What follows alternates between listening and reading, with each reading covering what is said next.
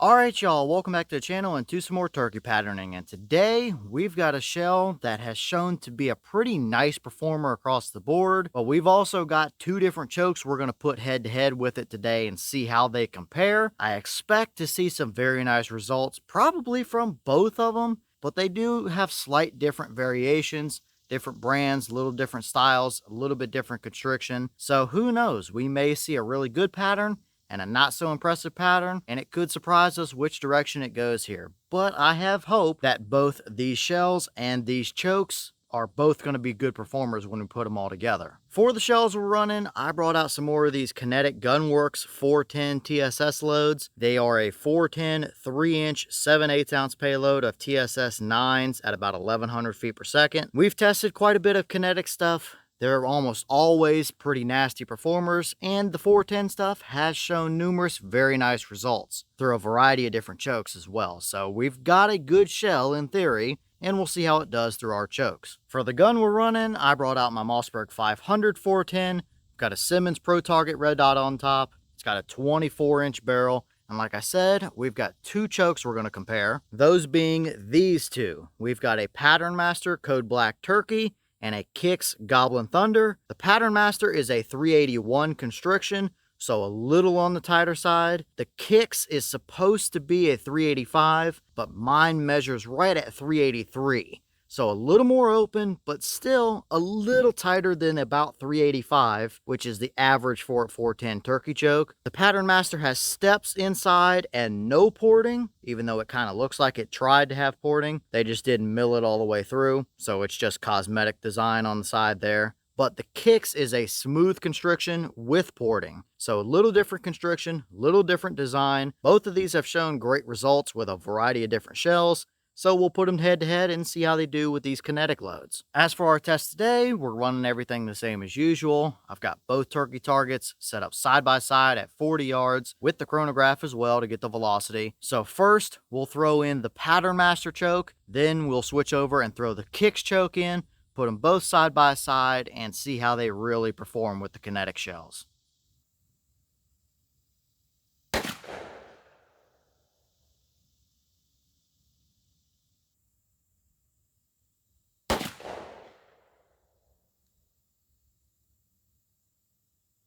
Alright, so quick look at the chronograph numbers before we look at our targets. We have a boss claim of 1100. However, we were high 1100s or right at 1200, which has been the normal for these shells across the board. And it's plenty enough velocity for a TSS 9 from a 410 for sure. But our first shot through the Patternmaster choke gave us 1205. And the second shot through the Kicks choke gave us 1183. So it looks like we're averaging right around the 1200 mark for velocities. So 100-ish feet per second above the boss claim.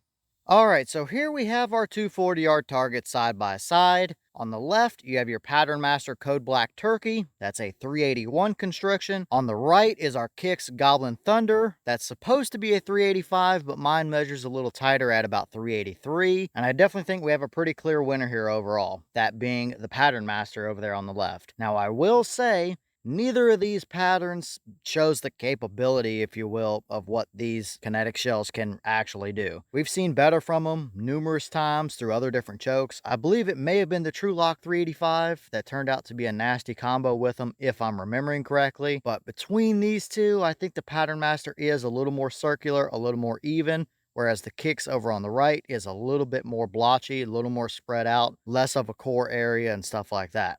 We'll start looking up close here with the Patternmaster choke. Obviously, dead turkey at 40 yards. Yes, you've got one through the front edge of the brain and several more down through the center and bottom of the spine there. You've got a decently even core area right around where the bird's feathers start down there towards the base of his neck, but it's nothing super tight or super condensed overall. I think the bottom half is a little more even than what we have up here towards the top. Kind of around his head looks a little thinner. That could be getting towards the edge of the pattern, but even then we have several little clumps and flyers up here around the top that we don't really have towards the bottom. Little hotter zone over off the left edge of them, but overall I think this is the more even spread. It is 40-yard capable, but I think that combination is probably going to be a little more appealing to somebody that might prefer a little bit more of a broad, even spread rather than a much more tighter condensed area of shot. Maybe a youth hunter that's hunting at 25 yards, something like that. That could work out all right for those people. And still, it is definitely 40-yard capable, but it always could look different when we pull that target down here in just a second, because it may very well fill in nicely throughout our big circles. I definitely think it has the better chance of doing so, rather than if we move over to our kicks pattern now. This one, little different story. You do have several of them through the neck there, several of them through the brain. So dead turkey at 40, yep, absolutely. But off the turkey target, we have a bunch of scattered little clumpy bits here, there, and everywhere.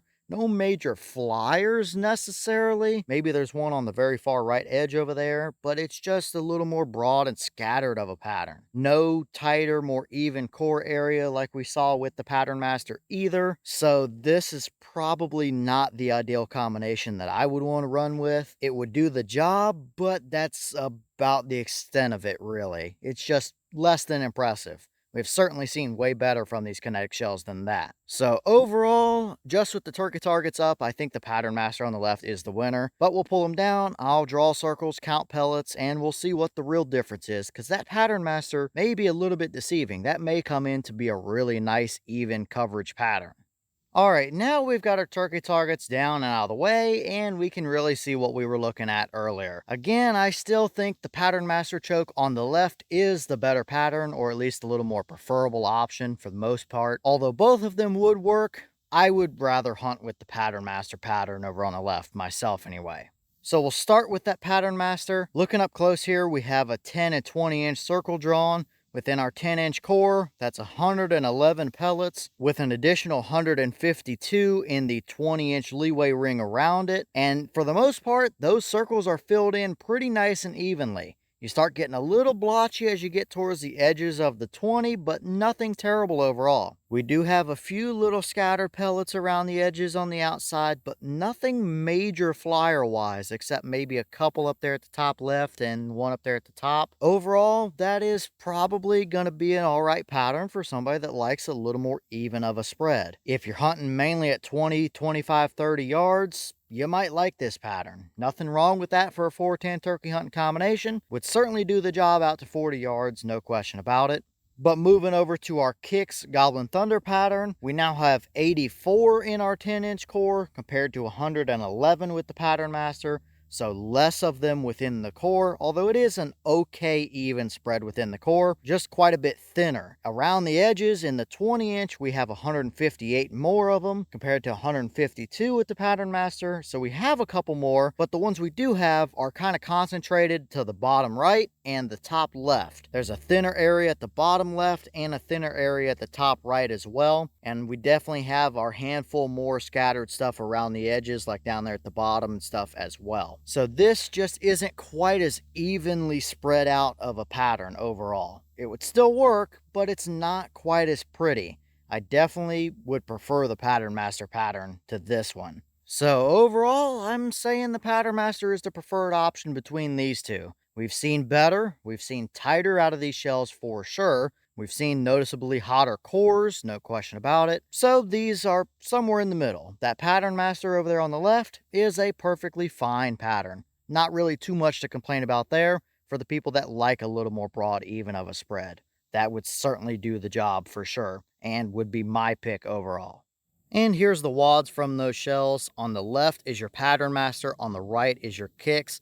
The Kicks opened up a little funny. Sometimes that comes from hitting the ground. Other times that comes from the porting in the choke, kind of snagging up and peeling it open a little bit finicky. But no major damage there as far as the Kicks wad goes overall that I'm worried about anyway. However, this Patternmaster wad, you can see we've got these red plastic smears on two of these pedals, and that actually came from the hull of the shell. I don't know that I've ever actually ran across it smearing itself onto the wad like that, but you can definitely tell right here at the crimp that we're missing some material. That's definitely what smeared on here, that same red color, and it's kind of a little torn up around the crimp. The other shot through the Kicks choke did not do this. Obviously, the choke had nothing to do with this, but just rather interesting. I don't know that I've ever seen any material get actually smeared from the shell onto the wad. I've seen crimps get torn up plenty of times. That's nothing new, depending on how the load is loaded, but that's something pretty interesting that happened. Whether it affected the pattern or not, I don't know, but there it is for you. All right, well, what do we think about these two results overall? I think we've pretty well covered it, and I think most people are probably going to agree overall that the Patternmaster is the little more preferable pattern. Both would work, definitely. A 40-yard turkey hunt is not out of the question with either one, that's for sure. But when it comes down to how nice and even of a spread we actually had within the patterns, this Patternmaster is the winner for sure. The kicks did okay, but we've got some hotter spots, top and bottom there, with a thinner area through the middle. Not exactly what you want in your pattern. We've seen better from the kinetic shells. We've seen better performances with other shells through both of these chokes. So both of these patterns kind of float the middle ground, although I would definitely hunt with this Patternmaster combination, especially if it's potentially later season. You got thicker woods and stuff to deal with. Shots might be a little closer range. That might not be a terrible idea to have a little more broad, just a more even spread, and that would certainly give it to you. But let me know all your thoughts down below. Is that about what you expected to see? Were you a little surprised one way or the other? Have you tested any of the Kinetic 410 loads? And if so, what kind of results have you seen from them? Are either one of these a combo you would actually hunt with? And if so, which one of these would you take out, or which one would you prefer? Let me know all that down below.